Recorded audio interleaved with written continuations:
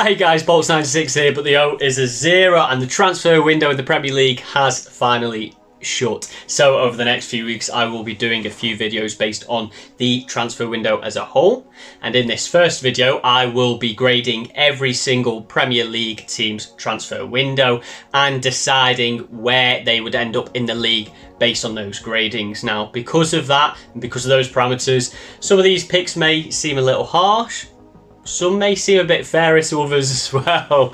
I'll let you be the judge of that, but for now, stick around and find out how your team was graded for this transfer window. 20th, Everton. First up for relegation, and we have Everton, which I don't think will come as much of a surprise to anyone. They ended up making a couple of signings towards the end of the window, two of which are strikers, which they did need, but they are largely unknown quantities, and their only other signings are two loan deals and a 38-year-old left back.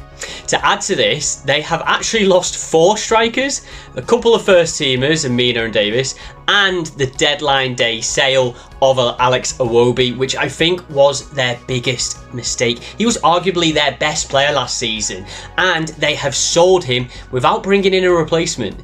I know the money is tight with the stadium bill, but very few of their transfers actually look like smart business, and that's the main issue here. 19, Wolves. Similarly to Everton, Wolves ended up making a few signings towards the end of the season, which may put them in a bit of a better position. But when you look at the extent of those outgoings, wow, they have lost Conor Cody, who was their captain, Nathan Collins, who was arguably their best centre-back, Diego Costa and Raul Jimenez, who were virtually their only outright strikers for next to no money, Adama Traore, who could probably command at least 20 million, but he has gone for free, and Matheus Nunes, Ruben Neves, and João Moutinho, who were 3 of their best players and virtually their entire midfield.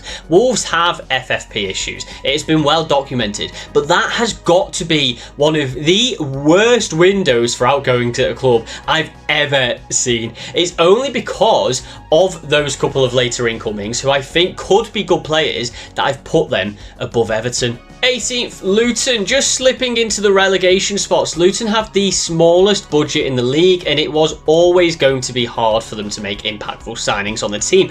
To be fair, some of the players they have brought in could do decently for them. You know, out of all of their transfers, Giles was class in the Championship last season, Chong is a good player, Nakamba is solid, Krul has experience, Lokonga has quality, and we all know what Barkley can bring on his day.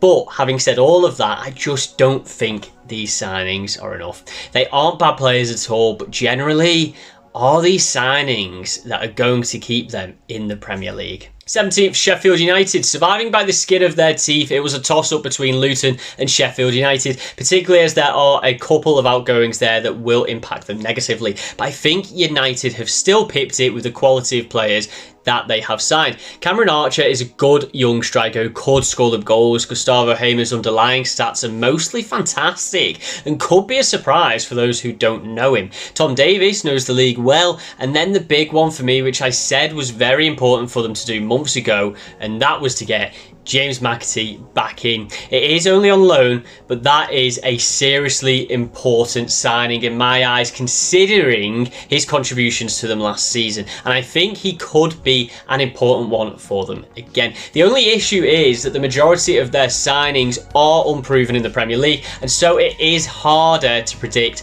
just how well these transfers will do. 16th, Crystal Palace. I just wanted more from Crystal Palace in this transfer window, which is why I have them down in 16th. Dean Henderson is a solid signing, Rob Holding too, and then I do really rate Jefferson Lerma. I think too many people are sleeping on him. He's a very good Premier League proven midfielder who will do absolute bits for them. Other than those signings though, the only other signing is a 19-year-old in Matheus Franca, who I must admit don't know too much about.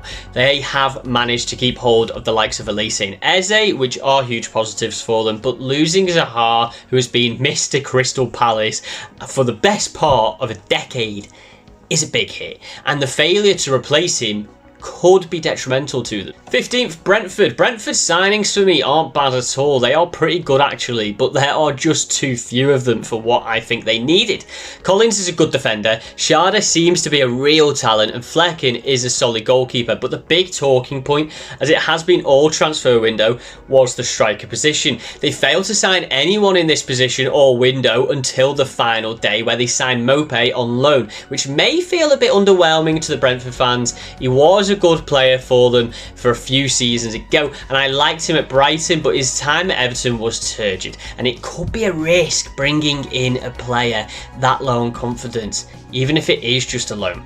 Also, just a quick point on the loan out of Raya. I know they've got Flecken, but that is a big loss in my eyes and does give me some cause for concern. They've started the season solidly enough, having not lost a game yet, but I do just wonder whether that will come back to bite them. 14th, Fulham. The biggest positive for Fulham from this transfer window was that they didn't lose Palhinha. I am really surprised that the deal fell through, and I'm sure Bayern will be waiting in the wings for January to roll around. But for now, Fulham have managed to hold on to their star man. I also like the transfers in, to be fair, all of which look like really smart pieces of business. But there is one hiccup in all of this, and it is a big one. The sale of Mitrovic. This man has been their star for years now, and without his goals in the league last season, I'm sure Fulham would have finished a long way off where they actually ended up. They have signed Raul Jimenez to replace him, which, if that was before his head injury, would have been a fantastic swap, but right now he isn't going to be able to produce the same results as Mitrovic, and I do fear they could struggle a good bit more than they did last season. 13th, Bournemouth. These next few positions were quite tough to grade, as I think the teams left to choose from have all made some really nice signings and overall have all improved their teams, but I have to stick to the parameters I've set myself, and so I have Bournemouth occupying the last C spot. I think the signings Bournemouth have made are actually really quite good. Traore is an excellent young player, as is Alex Scott, who was the Championship's best player last season. Then you've got the likes of Kirkes, Favre, who has gone back out on loan, Cliver and Aarons, who are all young talented players, and the loans of Radu and Sinisterra I think have got under the radar and will serve them very well. Lastly, the big one, Tyler Adams, who none other than Chelsea were trying to sign. This one is a major coup and is a brilliant signing for the team. They haven't really lost anyone of note other than Lerma, and so I think they've had a good transfer window. It is just that the teams above them in this list have had a better one. 12th, Manchester United, the first team out of the traditional Big Six to feature in this list. Manchester United have spent a lot of money again, and their signings are mostly good and are big players. I'm not one of these people who downplay Mason Mount. I actually think he's a very, very good player. Onana is an upgrade on De Gea, and Amrabat on loan with the likely future purchase is another good one. But then there are the other signings. Reguilon alone is okay, whilst Evans and Bayinda are just squad players. The big one, however, is of course Højlund. I think he is just a bit of much of an unknown quantity really at Premier League level. He is still only 20 years of age and doesn't have an outrageous record in Serie A. So the big question is, why be willing to spend so much on him? He could become a world beater, but for now, there is just that question mark around him, which is why I have them down in 12th. 11th, Burnley, just outside of the top 10 here with Burnley, who I would say have made some very clever signings. Firstly, they have spent money, a lot of money, which is unheard of at Burnley, and they have spent it wisely in my eyes. They have completely revamped the defence and goalkeeper situation, whilst also bringing in two centre defensive mids in Masengo and Sander Berg, who I think is a fantastic player, by the way. These moves are big and should, on paper, give them a really solid unit at the back, which will be hard for teams to break down. Then, to add to that, in other positions, they've brought in the likes of Redmond, Larson and Umdini, who could all do the business for them up top. You can't fault this transfer window too much, and you've got to concede that they are definitely giving it a go this season. 10th, West Ham, the last of the C+ teams with West Ham here, and I've got to admit that without these parameters I'd probably be giving them a bit of a higher rating, but they are the rules of the game, so here we are. Declan Rice is obviously a huge loss, but the money they managed to get for him is brilliant work, and the signings they have made with that money have impressed me a lot. The majority of the excitement has been centred around Kudus, who has all the talent in the world and could be an absolute star, as well as Ward-Prowse, who is a fantastic player and has already been ripping it up for them in these few games. And by the way, he should definitely be in the England squad. But there is another player who I think is going to surprise a lot of people, and that is Edson Alvarez. Alvarez is the direct replacement for Rice, and I'm convinced that he is going to be the real deal for them. He is a brilliant player and carries the exact same attributes as Rice. I actually don't think they are going to lose too much quality in that position, having made this signing, and it was for a fraction of what they got for Declan Rice. They have signed well, and I foresee a very good season for them. Better now than my predictions a few weeks ago. The only negative, though, is having not signed a striker, as they are currently relying on a 33-year-old Antonio and a 31-year-old Ings as their only real goal scorers. Ninth, Nottingham Forest. Before the excitement of deadline day in Nottingham, I would have had Forest a lot lower than this, but some of the signings they made at the end, they're fantastic. Sangaré is a huge coup, and I'm shocked a team in the Champions League haven't got him in. Vlachodimos is a brilliant goalkeeper in addition. Origi will score them goals, and Hudson-Odoi for less than £5 million. It's mind-blowing.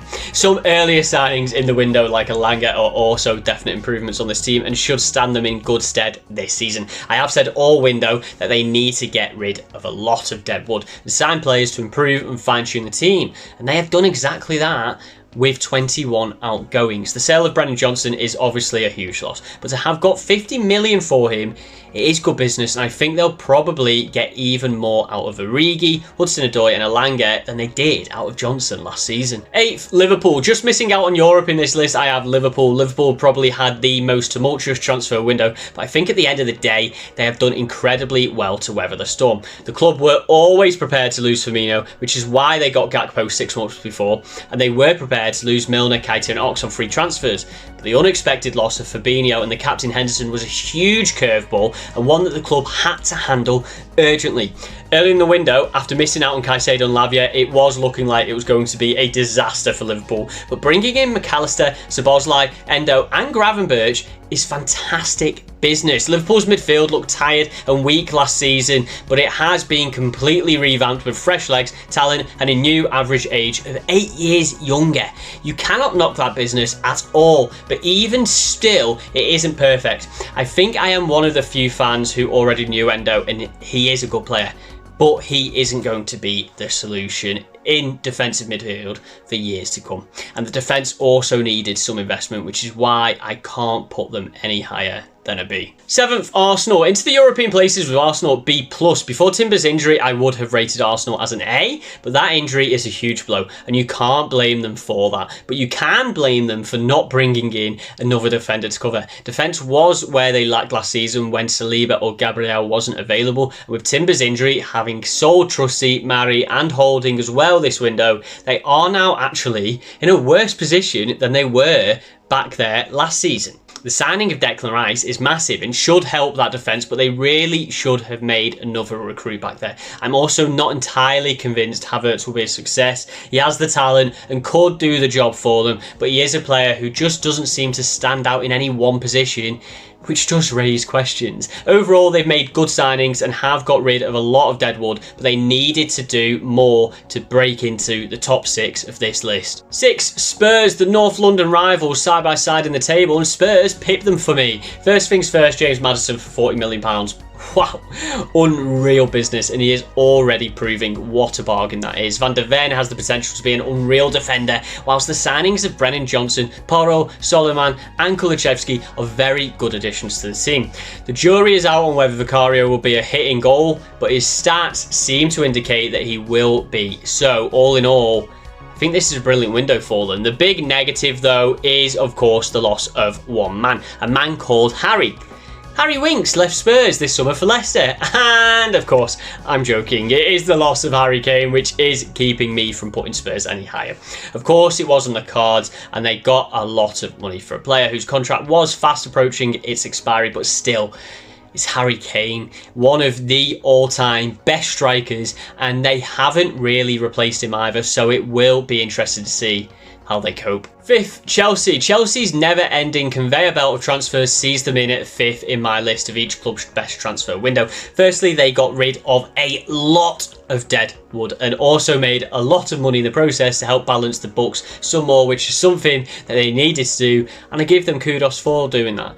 Now, onto the transfers in, and forgetting all the controversy around their spending for a moment, they have brought in a whole host of very talented players. Beating Liverpool's Caicedo and Lavia was major business and a real statement and a highlight for them of the window, whilst the signings of Nkunku, Palmer and a few others are quality investments. They have brought the average age down a lot and have signed young, talented players with the potential to be brilliant. There are a lot of players here who could go either way, and perhaps we will be better placed to accurately grade their transfer window come the end of the season, but for now, with what we know of these players, this has been a very good window for them. Fourth, Newcastle United. Breaking into the top four, Newcastle United have not signed as many players as I would have expected, but they have had a very successful transfer window in my eyes. Harvey Barnes was brilliant for a struggling Leicester side last season and has enough about him to be able to replace Saint-Maximin, whilst the fullback recruitment of Livramento and Hall should provide some really good cover in those positions. The big one though is Sandro Tonali, who has seemingly slotted in straight away. He's an unreal talent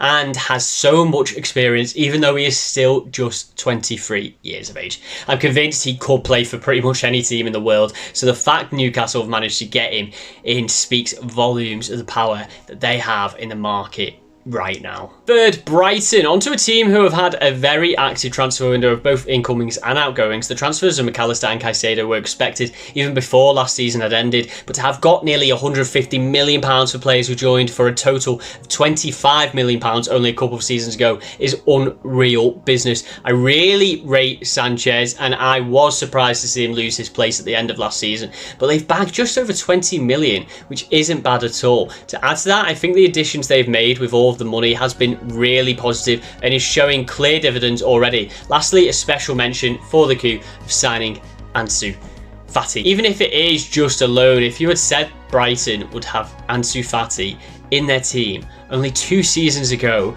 you would have been laughed out of the park.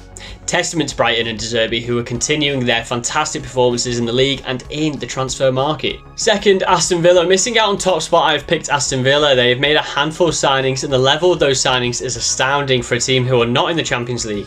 Diaby, Torres, Tielemans and Longley are all Champions League level players and are some of the best additions to the squad that Aston Villa could hope to acquire. To have one coup in a transfer window would be considered a success, but to have 4 is out of this world, and to back that up with a very good player in Zaniolo as well is the icing on the cake. They've sold Archer, which is a loss of a young talent, but the money they've brought in for him is top dollar, whilst they also got rid of a host of Deadwood. Fantastic transfer window, Villa. Well played. First, Manchester City, top of the list and probably going to be top of the actual league. Manchester City wins this one. Reading off the list of departures, you'd be concerned for most teams, but with City, I can't recall ever seeing such efficient dealing in the transfer market to replace top quality with quality. They lose Gundogan, replace him with Kovacic. They lose Mahrez, replace him with Doku. They lose Laporte, replace him with Gvardiol. They lose Palmer and have an injury to De Bruyne, replace him with Nunes. Honestly, it is just so incredibly efficient, and you can't possibly say that their team looks any worse, having lost such unreal talent now than it did before they left. So there we have it, guys. City win the league, as they probably will do in reality, but there we go. Let me know down in the comments what you thought of my picks, and please do remember to like and subscribe, and check me out across all my other socials. I'm on YouTube where you're watching this video, Twitch where I do all of my streaming, as well as Twitter, which is now X, Instagram and TikTok. So please do check me out across those socials. I put out content all the time and I'd love to see you there. Alright guys, I'll catch you in the next video. See you later.